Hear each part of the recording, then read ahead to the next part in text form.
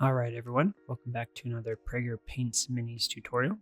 Today we're going to take a look at how to do this weathered rust effect on our metallics. The whole process for what you see on screen, including airbrushing, cleaning and breakdown of all of that, took maybe 4 hours. I think this is definitely something you can do in less time, and this is a rather big model. So it's a really quick and easy way to achieve this look, and I'm really proud of how it turned out. Let's get into seeing the process.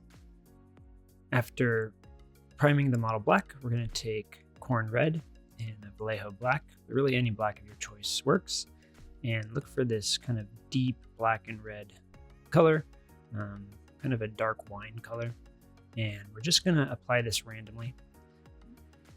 Being neat in these early stages of the airbrush, the base coats, really is unimportant. We're just trying to spread out the tones because we're going to paint over all of this. This just lays the foundation for us to work upon. So we're just randomly spraying and covering a lot of surface area with that first dark tone. We're going to now just apply directly into that same mix another part of red. And once again, we're going to apply this randomly. This is going to be a brighter tone, as you can see here on my glove. And we're going to once again spray this randomly, maybe choosing to highlight it a few particular places, but really just random is fine. Taking a look at our previous work, you might notice that the colors are much more subdued. Everything always looks brighter when you apply it, so keep that in mind. Here's our Mornfang mix, and this is going to add the orangish rust colors. That's hard to say. So once again, I'm just picking out some various places here.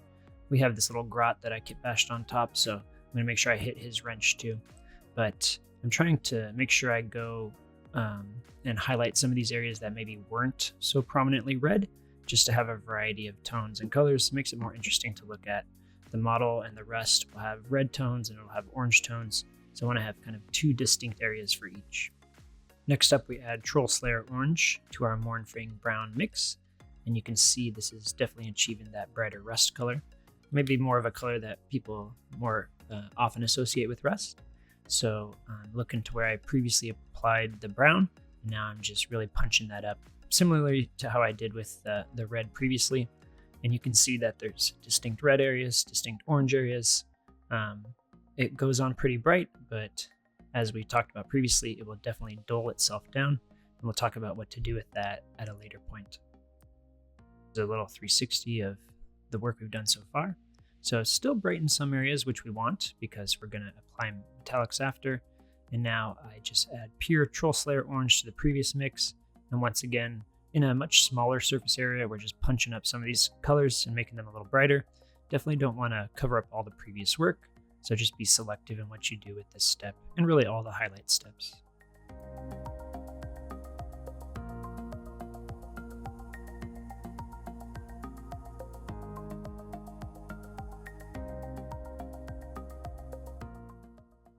We'll take a quick look at now what the finished product looks like from the airbrushing stage. So what we're going to do next is we're going to apply with a big brush, and we're going to apply some of these colors directly. So I use a big soft brush, very watered down, and we're going to apply red to begin with. I keep it with a little bit of a mix of that black like I showed on screen because we don't want it to punch too much. We're going to once again cover a bunch of surface area, but I am trying to mostly stick to areas that were more predominantly red because we're going to do the same thing with an orange wash.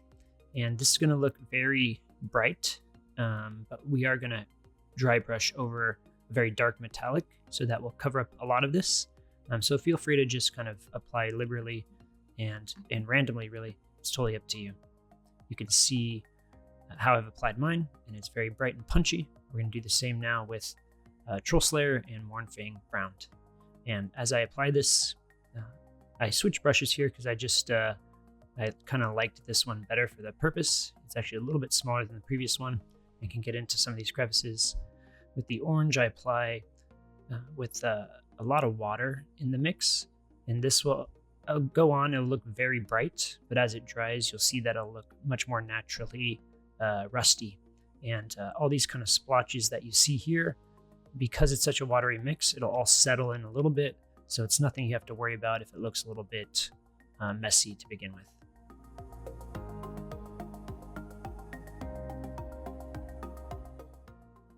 And as I'm applying this orange mix, what I'm trying to do is one, make sure I stick to the more orange areas that I did previously with the airbrush, but also trying to get into the crevices. When I think of the orange for the rust, I think of running water and where might it pool. So I am keeping that in mind, but as always with all my models, I do stick to the rule of cool. I didn't show on screen, but you can see on the wet palette, this is almost primarily Troll Slayer orange now. So once again, I'm hitting the previous areas, but maybe covering a little less surface area, being a little more selective in how I apply this. It's a very watered down mix, so it will look very bright and punchy, but as it dries, it will be much more subdued, and the water will spread out a little bit. It won't look quite so drastic.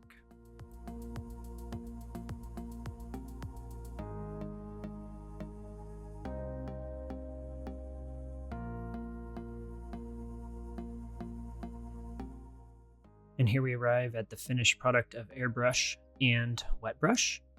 You can see that it is much more mottled and rusty looking.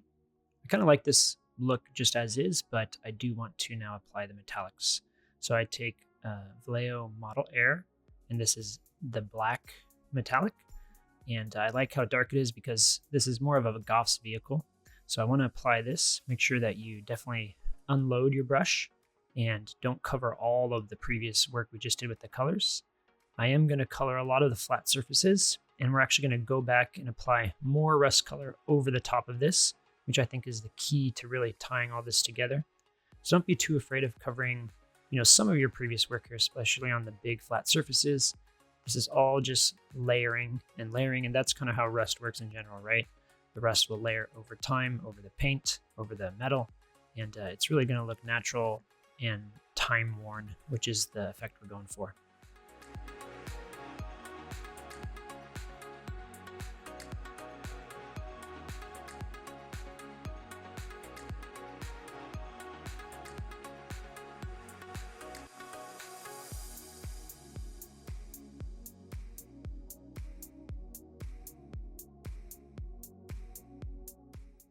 So I wasn't liking just how metallic it looked. I wanted to make sure I could dull down some of that shininess. So I take a little bit of the remaining color from the previous step and very, very watered down. I'm using the kind of more duller tones of the acrylic over the shiny of the metallic paints and just using it as a wash essentially. So anything that looks a little too metallic and shiny, I'm now covering up with the previous mixes. And this is kind of the theme of where we're just using mixes we have used previously to tie out the colors back in, and kind of the randomness of this will also help with the rusty look. Now we're going to take gunmetal from Vallejo and very lightly with an unloaded brush, making sure there's not a lot of paint on there. I'm just going to go ahead and hit the very, very extreme edges of the metallics here. And this is really just helping these corners kind of pop out and shine.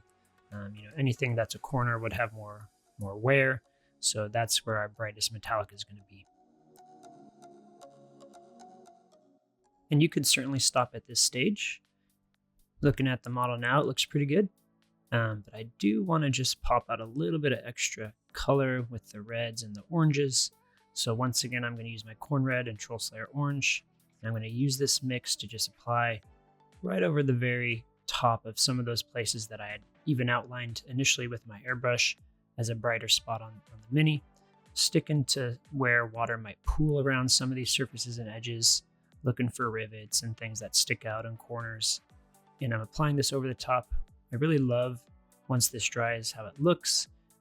Leads to a very kind of natural and modeled look, and really ties in the metallics. It ends up dulling down some of the metallics, but where the metallics are still prevalent, it almost makes them look shinier in contrast to the colors around it. So I think this really ties the whole thing in and is really a nice little finishing piece.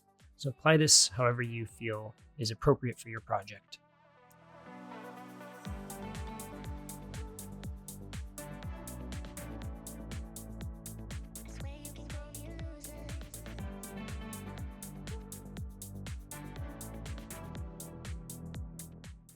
With just pure Troll Slayer Orange, incredibly watered down, and now I'm really hitting just the very extreme kind of edges and corners wherever I want a little pop of color. And as always, this will look more dull when you apply it. I want to keep emphasizing that because I think sometimes we have expectations or it looks too extreme when you apply and then you kind of panic. Don't panic. It's all going to look really nicely tied in together, which you'll see in the next clip. Thank you guys for watching this video. I hope you found this process useful. Only took a couple hours. And just a quick note that I have started a Patreon where I post a lot of in-depth tutorials like this, including processes that show how I entirely paint ultramarines. I'm going to do a red orc skin tutorial soon. And it really helps me afford and continue this hobby. So if that's something that interests you, I'll keep pumping out these free tutorials here on YouTube, but please check out my Patreon as well. And I hope you guys have a wonderful day.